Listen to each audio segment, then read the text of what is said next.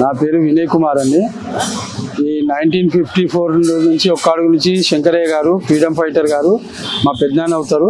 వాళ్ళు 1954 నుంచి ఒక్క అడుగు నుంచి స్టార్ట్ చేశారు ఈ వినాయకుడిని.